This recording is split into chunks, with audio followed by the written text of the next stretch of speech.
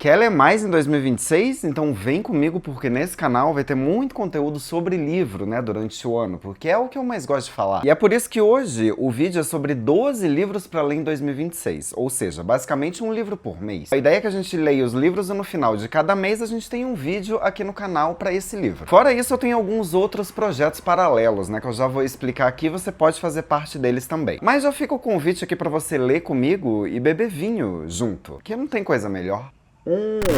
Olá, meu nome é Rodrigo de Lorenz e se é a primeira vez que você tá aqui nesse canal, seja muito bem-vindo. Eu falo de livros, séries e filmes desde 2018 e sempre tomando uma tacinha de vinho aqui, ó, por isso que eu tô segurando essa taça. E é por isso que me chamam de O Moço do Vinho, e é por isso que o nome desse canal é o Canal do Moço do Vinho. Eu gosto de falar de tudo isso tomando meu vinhozinho. Eu sempre explico porque de vez em quando aparecem umas pessoas aí me xingando, falando que ridículo você está segurando essa taça. Pois é assim que eu gosto de fazer meus vídeos. Se você gostar, eu já vou pedindo pra você se inscrever nesse canal se você ainda não é inscrito. Pega a sua taça, pode ser de qualquer bebida, tá? Pode ser de vinho, de água, de suco. Essa aqui, por exemplo, é uma taça com espumante que sobrou do Réveillon. Tá sem gás, mas tá docinha. Então, assim, não me importa.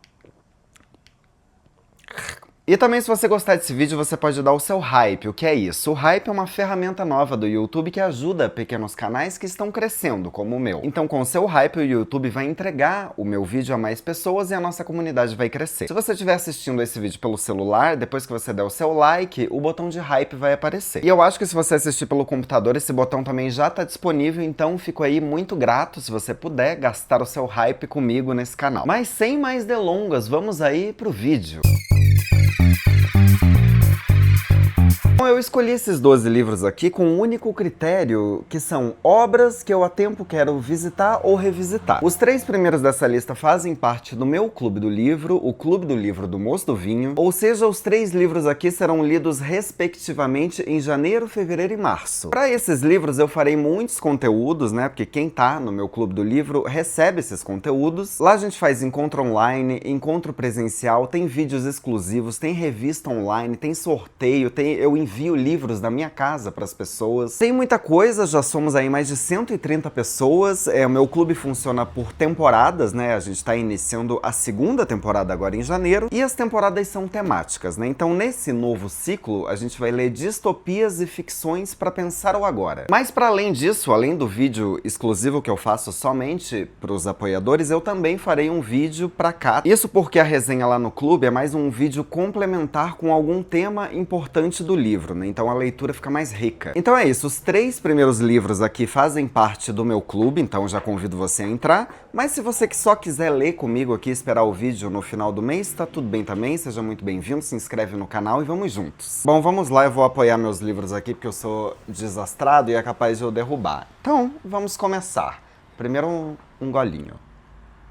Em janeiro a gente vai ler Kindred, Laços de Sangue, da Octavia Butler. Essa vai ser uma releitura, tá? Eu li há muitos anos, eu sei que esse livro dá uma cacetada, que livro bom. Vou falar a sinopse aqui do livro pra vocês rapidinho, sem entregar muita coisa. A Dana e o marido, eles estão de mudanças ali pra uma casa nova. Então tem caixas pra todo lado, livros empilhados, aquela coisa normal de recomeço. Só que, de repente, uma coisa estranha acontece. A Dana começa a se sentir meio tonta, enjoada, e aí ela vai cair de joelhos, ela vai cair ali meio desmaiada, meio enjoada. E aí o mundo dela simplesmente vai se partir. Quando ela abre os olhos, ela não tá mais no apartamentinho dela que ele tá se mudando. Ela tá à beira de uma floresta, perto de um rio, e uma criança tá se afogando. Sem pensar, ela corre, entra na água, salva o menino. Mas no instante seguinte, quando ela puxa a criança pra fora, ela se vê diante de um cano de uma espingarda antiga apontada direto pra ela. E aí, num piscar de olhos, a Dana tá de volta. Tá de novo no apartamento dela, só que encharcada, em choque, sem entender o que acabou de acontecer. Não vai parar por aí, isso volta a acontecer, né? Ela vai de novo pra esse lugar, de novo, e de novo, e de novo. E a cada vez a Dana passa mais tempo nesse lugar, né? E que lugar é esse? É o século XIX, numa cidade americana da pré-guerra civil, ainda muito escravagista. Um lugar absolutamente hostil, especialmente para uma mulher negra. Um lugar onde cada passo errado pode significar violência, humilhação ou morte. Quanto mais ela é puxada para esse passado, mais claro fica, né, que aquilo não é só uma viagem no tempo qualquer. Existe uma lógica cruel por trás desses deslocamentos. E que a sobrevivência dela pode estar ligada aí diretamente a pessoas que jamais deveriam ter o poder sobre a vida dessa moça. Bom, esse livro aqui, Kindred, é impossível de terminar ileso, né? Você não vai conseguir terminar essa leitura aqui sem sentir algo, porque é muito forte. É uma história que fala de amor, de ódio, de herança, de violência, de escravidão, e tudo de um jeito muito honesto, muito cru.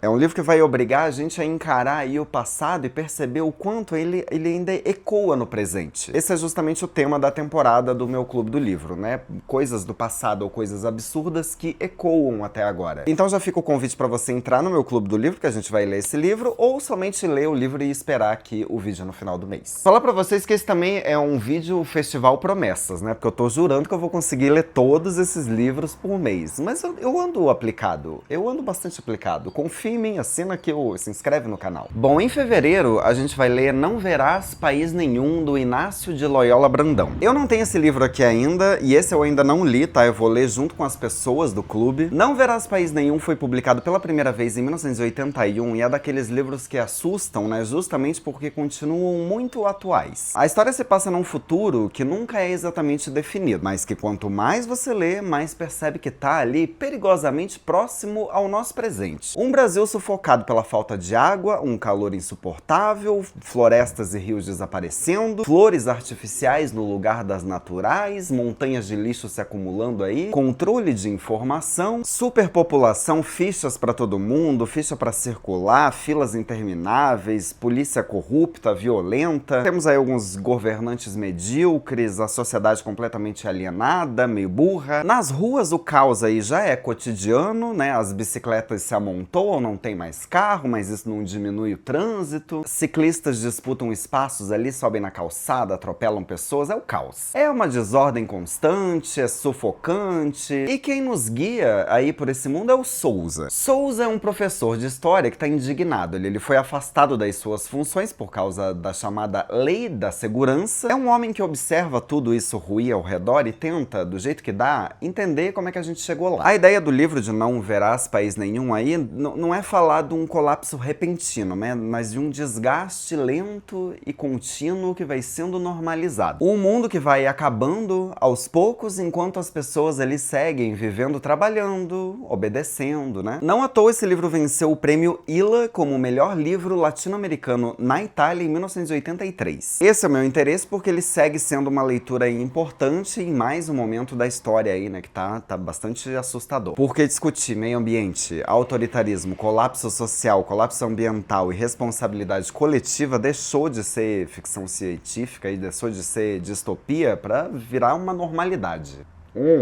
Só bebendo mesmo. Para março, o terceiro livro é um grande clássico que é Ensaio sobre a Cegueira, do José Saramago. Também é uma releitura, eu li esse livro aqui quando eu era mais jovenzinho, eu acho que agora eu vou ter uma experiência muito melhor, principalmente que leremos aí dentro do meu Clube do Livro. Uma coisa estranha começa a acontecer. Uma epidemia de cegueira branca vai tomando conta de uma cidade. As pessoas começam a ficar cegas, uma a uma, mas não é escuridão, né? É o contrário. É um branco absoluto, é um vazio. E é com essa imagem perturbadora que o José Saramago vai obrigar a gente a fechar os olhos aí para enxergar melhor. Tudo começa de forma banal, um homem parado ali no sinal de trânsito, ele tá esperando o semáforo abrir, quando de repente percebe que não tá vendo mais nada. Ele é o primeiro, logo depois outro, e outro, e outro, e a cegueira se espalha aí sem controle. Os infectados são isolados, são colocados em quarentena, e ali, privados da visão, eles começam a ser despidos de tudo que eles acreditavam ser. Civilização moral, empatia, organização, não tem mais nada. O que sobra é o ser humano em estado bruto. Podemos fazer muitos paralelos aí, porque durante a pandemia muitas pessoas se comportaram dessa mesma maneira aqui. Aqui a gente chega ao extremo, mas então, eu acho que na pandemia a gente chegou no extremo também. O que o Saramago vai fazer aqui é genial, porque ele vai justamente pro extremo para questionar o que acontece quando a sociedade perde os seus códigos. O que acontece quando a ordem desaparece, né? Quando enxergar deixa de ser físico e passa a ser moral. É um livro que lembra pro leitor ali a responsabilidade de ter olhos quando os outros o perderam, tá? Então é um livro incrível, tá? Pra falar aí como em meio ao caos ainda a gente consegue resgatar um pouco de afeto, um pouco de solidariedade, um pouco de humanidade, enfim, livraço. Bom, como eu disse, esses livros aí a gente vai ler dentro do meu clube do livro nessa temporada de distopias e depois teremos outra temporada com outros livros, mas agora a gente vai então para os livros gerais, né, que leremos aqui pro canal. Em abril, então, teremos O Imperador da Felicidade, do Ocean Vuong. Numa noite chuvosa, no fim do verão, um jovem imigrante está parado numa ponte prestes a pular. A ponte fica em Felicidade do Leste, uma cidadezinha esquecida no interior de Connecticut. Dessas cidadezinhas aí onde o progresso passou longe, né? Do outro lado do rio, quando tudo parece já decidido, uma voz vai chamar esse cara. Essa voz é da Grazina, uma viúva já idosa que tá lutando contra o avanço da demência. E aí esse encontro improvável vai unir essas duas pessoas e vai mudar tudo. O que começa como um gesto mínimo ali de atenção vai aos poucos se transformando numa relação delicada construída ao longo de um ano. Quero muito ler esse aqui porque ele apareceu praticamente em todas as listas de melhores listas de 2025. Se você abrir qualquer lista aí, principalmente gringa, este livro aqui vai aparecer e no Brasil apareceu em várias também. Então tô bem animado desde que a editora Rocco me mandou. Agora em maio leremos outra pedrada, O Olho Mais Azul, da Toni Morrison. Também uma releitura, essa que é uma das histórias mais duras que eu já li. O Olho Mais Azul é, antes de tudo, uma tentativa dolorosa aí de mostrar o que o racismo faz, né, quando ele atinge quem é mais vulnerável, ou seja, uma criança. Esse é o primeiro romance da Toni Morrison e aqui a gente vai conhecer a Pecola Breedlove. É uma menina que cresce cercada aí por negligência, violência e desprezo. Ela é maltratada pelas outras crianças, ela é ignorada pelos adultos, ela é rejeitada por causa da cor da pele, por causa do cabelo crespo, e a Pecola aprende desde muito cedo que o mundo não foi feito para ela. E aí ela passa a acreditar que só seria amada, aceita e respeitada se ela fosse diferente.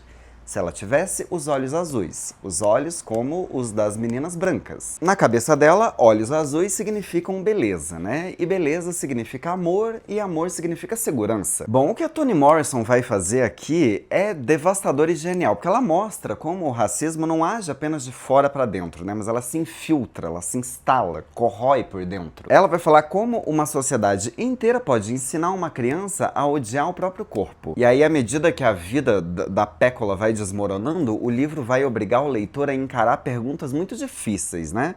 Quem ensina uma menina a se odiar? Quem lucra, né, com esse padrão de beleza? E o que acontece quando alguém acredita que só merece existir se deixar de ser quem é? Livraço aí que leremos isso aqui. Livrão. E aí em junho, no mês do meu aniversário, leremos Lá Não Existe Lá, de Tommy Orange. Também uma releitura, esse livro foi eleito um dos melhores livros de 2018 pelo New York Times. É um romance que costura várias vozes indígenas numa narrativa sobre família, perda, identidade e sobrevivência. A história acompanha aí diferentes personagens cujas vidas se cruzam no mesmo dia, no mesmo lugar, num grande evento aí que é uma celebração cultural indígena. E aí a gente vai ter várias personagens, né? Começando com a Jaque Reed Feather e a sua irmã Opal. As duas cresceram juntas ali numa infância bastante instável. Já adultas, elas se afastaram. A Jaque, agora sóbria, né, porque ela tinha uns problemas, tenta reconstruir os laços que ela rompeu, mas ela carrega aí uma culpa, uma vergonha, né, um desejo de recomeçar. E a Opal, por sua vez, ela vai a esse grande evento aí pra ver o sobrinho, Orville. Sobrinho este que aprendeu sozinho danças indígenas tradicionais assistindo vídeos no YouTube,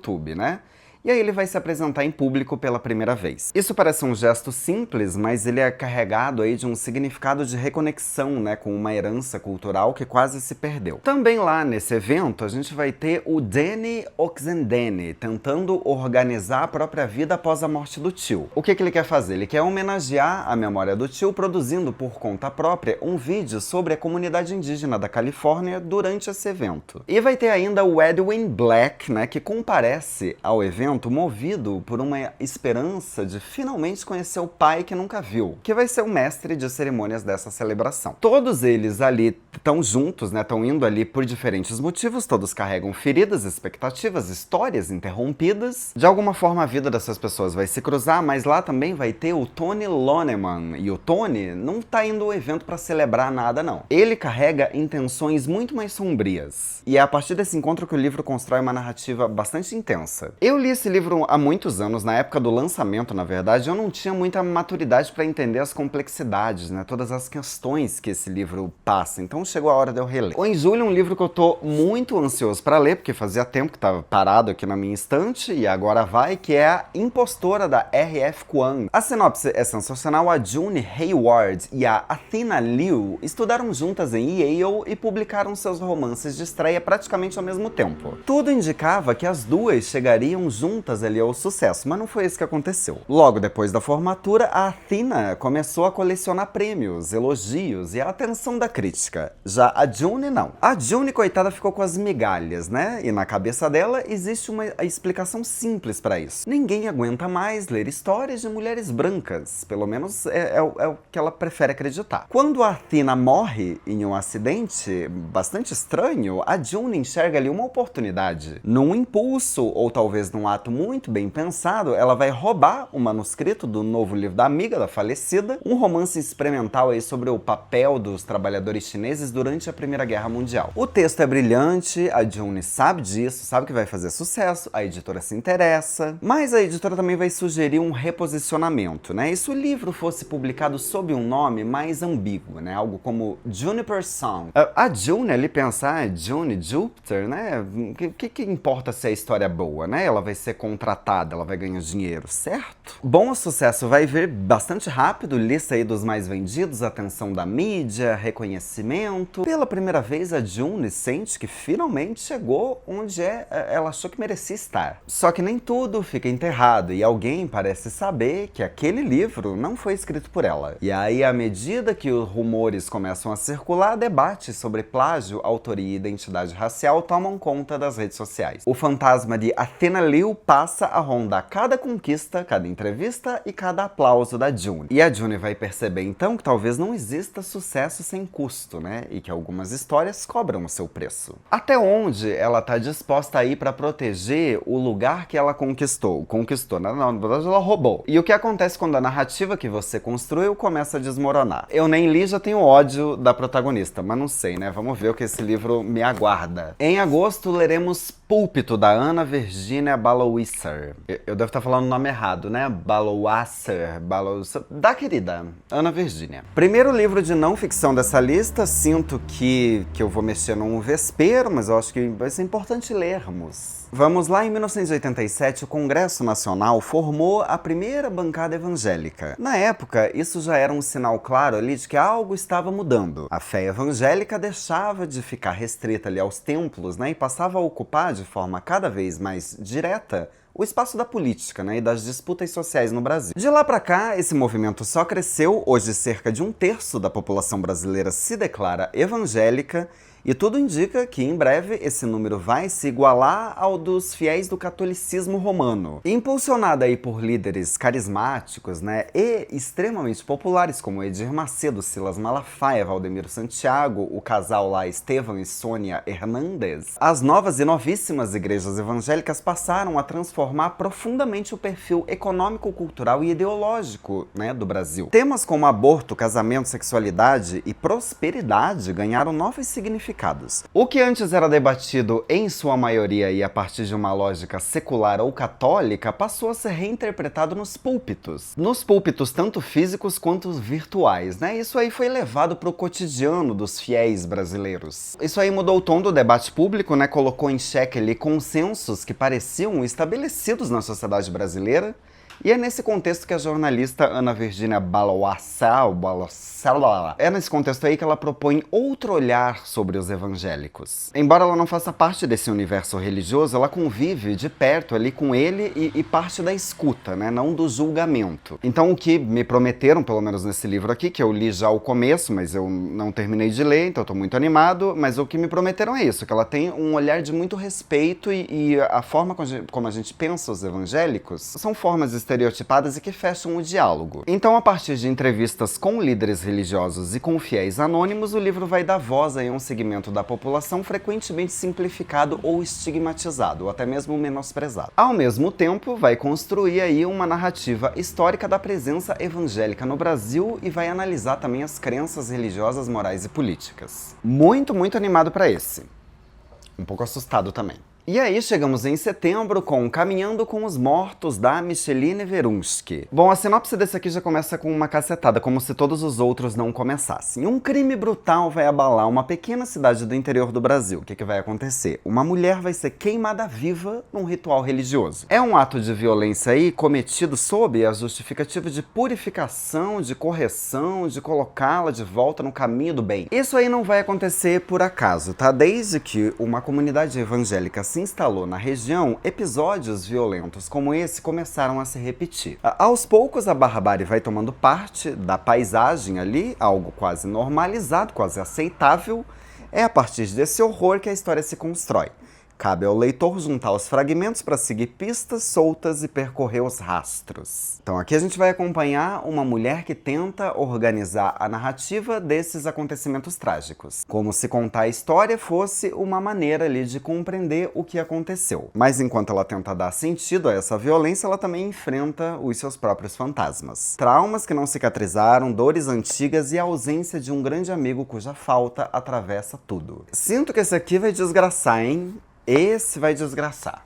E em outubro chegou a hora de Tese sobre uma Domesticação, de Camila Souza Vilada. Esse é o romance de estreia da autora de Parque das Irmãs Magníficas, né? Fez muito sucesso esse livro. Um livro que vai falar de amor, de desejo, de corpos rebeldes, das novas formas de família, né? Das novas formas de coisas que a gente tá aprendendo ainda a enxergar. A história vai começar com uma configuração ali que já rompe as expectativas, né? Uma atriz trans vai adotar um menino de 6 anos junto com o seu marido, que é um advogado gay. Desde o início, né, essa família foge dos modelos tradicionais, obviamente. O menino carrega uma história bastante trágica, né? Ele é soropositivo, nunca conheceu o pai biológico e perdeu a mãe ainda muito cedo. Porque ela se suicidou ao descobrir que havia transmitido ao filho, né, o vírus do HIV. Ou seja, um livro tranquilinho, né? Esse aqui, os personagens já sofrem na sinopse. Mas o livro então vai questionar ali papéis, expectativas e limites, especialmente quando se trata do amor. Quem pode amar, como se ama e até onde esse amor pode ir. Deve ser lindíssimo, tô animado também. Bom, indo pra novembro, a gente vai ter A Herança dos Bem-Aventurados, da nigeriana Ayobami Adebayo. O Eniola é um adolescente que luta para continuar estudando depois que o pai perde um emprego de professor. Para ajudar em casa e para pagar, né, a própria educação, ele começa a trabalhar ali como um aprendiz de alfaiate e ele passa os dias na rua pedindo esmolas, né? Enquanto isso, ele alimenta um sonho de um futuro melhor. Ao mesmo tempo, a gente vai conhecer a Uraolá, né? Ela vive uma vida completamente diferente. Ela vem de uma família influente, ela teve uma vida ali planejada desde a infância. Só que na prática, ela se tornou uma jovem médica exausta, tá? Ela tá no início da carreira, ela tá presa num relacionamento abusivo, tá presa em expectativas que ela não escolheu. Bom, e aí durante uma eleição no país, o interesse de um político local pelo Eniola vai fazer com que os caminhos desses dois aí se cruzem de maneira decisiva. Ainda que suas histórias já estivessem conectadas muito antes desse encontro. O que vai acontecer, não sei, mas tô animado. Em novembro teremos esse livro aqui. E por fim, um já clássico aí, tá? Dezembro, vamos ler Eu Sei Porque o Pássaro Canta na Gaiola, da Maya Angelou. Essa é uma autobiografia poderosa aí sobre a infância, adolescência e formação da Maya. No livro, a autora vai mostrar aí a sua trajetória como uma menina negra, crescendo no sul, segregado dos Estados Unidos, e lidando aí desde muito cedo com o racismo, o abuso, a violência, o silenciamento. Mas ao longo desse percurso aí difícil, né, marcado por traumas bastante profundos, a gente vai acompanhar também o despertar dela para a literatura. A literatura que para Maya não vai se tornar só um refúgio, mas uma ferramenta de emancipação e sobrevivência. Bom, essas são as 12 leituras que eu quero, assim, meio que obrigatoriamente ler este ano, mas obviamente não serão os únicos que eu vou ler neste ano. Temos aí todo um clube do livro, né, o meu clube do livro pela frente, temos leituras também que não estão nessas 12, eu quero ler muita coisa. Ao mesmo tempo, eu tenho alguns projetos em andamento aqui no canal e na minha vida pessoal, né, são eles. Primeiro, é o projeto Stephen King de A a Z, que é a leitura da obra completa do Stephen King. Esse é um projeto pra vida toda, tá? Eu sei que eu vou demorar, mas vamos ler aqui todos os livros do Stephen King na ordem de publicação. Já tem vídeo de Carrie aqui, que é o primeiro livro dele, e daqui a pouco vai ter o vídeo de Salem, que é o segundo livro dele. Então gosta de Stephen King? Já fica aqui no canal, já assina, porque eu já deixei uma playlist aqui, tá? Conforme eu for publicando os livros, eu vou alimentando essa playlist. E aí, eu tenho alguns calhamaços também, tá? Eu quero ler 3 grandes calhamaços que são gigantes. Aí é Festival Promessas, meu. Não sei se vou conseguir. A gente vai tentar. Bom, temos aqui então a Montanha Mágica, né, de Thomas Mann. Vamos ver se eu vou conseguir, né? Não sei. Eu sei que esse é um livro muito difícil de ler. É um livro que você precisa de uma leitura ativa, né? Precisa de um estudo. Eu sei que vão ter momentos que eu vou querer desistir, porque a experiência que eu ouço das pessoas também é falando isso, né? Que chega uma hora que você fala, meu Deus, por que é que eu estou fazendo isso comigo? Mas temos aqui Thomas Mann. Eu já comecei a ler, achei muito bonito, tá? Mas eu li muito pouquinho mesmo. Mas tá aqui, A Montanha Mágica, quero ler com coisa de estudo do lado, eu quero me adentrar. Eu fiquei sabendo que tem uma optativa aqui na Federal do Paraná sobre este livro. Então, assim, se é um livro que você tem que fazer um semestre para estudar, não sei se meu parco cérebro vai conseguir. Mas eu acho que vai, porque eu sou bastante aplicado. Bom, outro grande calhamaço, Um Defeito de Cor, da Ana Maria Gonçalves. A minha edição é essa comemorativa aqui, ó. Vou até mostrar pra vocês, porque é uma edição linda. Eu podia ter comprado aquela amarelinha que tava mais barata, mas eu queria comprar essa. Essa aqui vai ser mais ou menos uma releitura, porque eu lembro que eu já li boa parte desse livro, achei incrível. Não consegui ler porque estava num momento da vida muito corrido, enfim. Agora vai, Um Defeito de Cor tem quantas pequenas páginas? 964. Então a gente vai lá no grande Festival Promessas.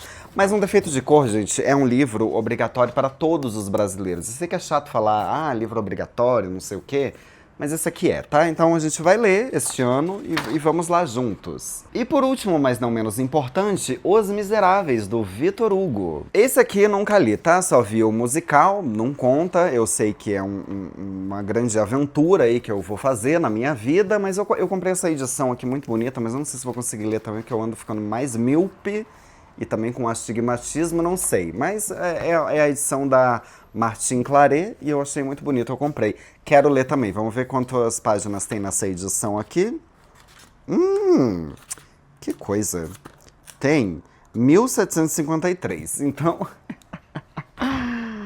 Temos aí 365 dias, né? Tô sendo ingênuo que conseguirei ler todos esses livros, mas se organizando, né, gente? A gente consegue, vai dar tudo certo. Vamos aí tentar. E fica aqui o meu convite para você se aventurar junto comigo em todos esses livros. Fica o meu convite para você participar do meu clube do livro. Não quer fazer tudo isso? Então eu peço encarecidamente para você se inscrever nesse canal. Porque nesse canal não falamos só de livros, eu também falo de filmes, eu também falo de séries, e sempre ali com esse viés um pouco mais humano, um pouco mais reflexivo. Então se você gostou desse vídeo, não esquece de deixar o seu like, não esquece de se inscrever, não esquece de compartilhar esse vídeo com todo mundo também e de deixar o seu hype se você gostou desse conteúdo. Meu muito obrigado a você que assistiu até o final, um brinde e até o próximo vídeo.